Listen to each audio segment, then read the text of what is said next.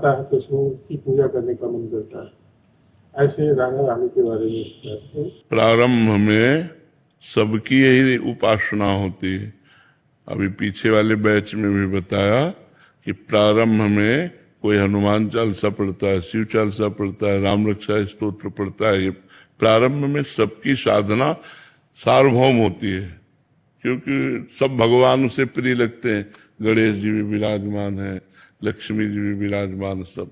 पर जब उपासना का रंग आएगा तो एक में आएगा, क्योंकि एक ही बहुश्यामा। वेद कहता है एको हम बहुश्यामा, एक अहम बहुश्यामा।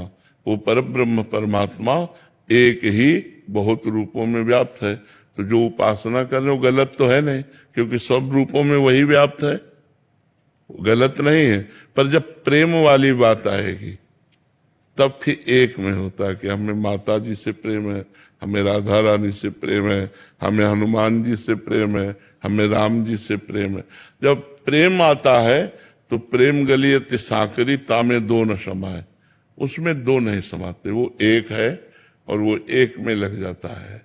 तो हमें चाहिए धीरे धीरे अपने मन को समेट कर किसी एक प्रभु के नाम रूप में लगा दे, तो फिर हमारा भजन जो है वो उन्नतिशील हो जाएगा।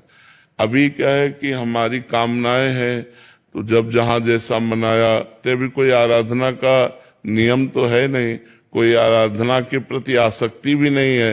जब जहां जैसे मनाया, ये प्रारंभिक भक्ति में होता है। आगे चल करके वो जब साधक ठीक से भजन करता है तो फिर समिट जाता है। प्रारंभ में हम भी ऐसे करते थे, देवी जी को जल चढ़ाना, शंकर जी को जल चढ़ाना, हनुमान चालीसा पढ़ना, शिव चालीसा पढ़ना, राम रक्षा स्तोत्र, गजेंद्र मोक्ष, गोपाल शास्त्र नाम, विष्णु शास्त्र, ये सब एक होता है ना। तो वो धीरे धीरे धीरे धीरे जा करके वो जब पूर्णता को प्राप्त होता है तब एक होता है और एक में आसक्त हो जाता है।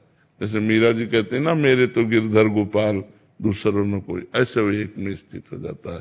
प्रारंभ वाला कोई निंदनीय नहीं है, क्योंकि एक ही परमात्मा तो बहुत रूपों में है। तो बहुत रूपों में भी जो आराधना कर रहा है वो एक ही परमात्मा की तो कर रहा है। वो जाने ना जाने, अपने तो जान रहे ना कि बहुत रूपों में जो आराधना कर रहा है वो एक ही परमात्मा की कर रहा है, क्योंकि एक ही बहुत रूपों में है।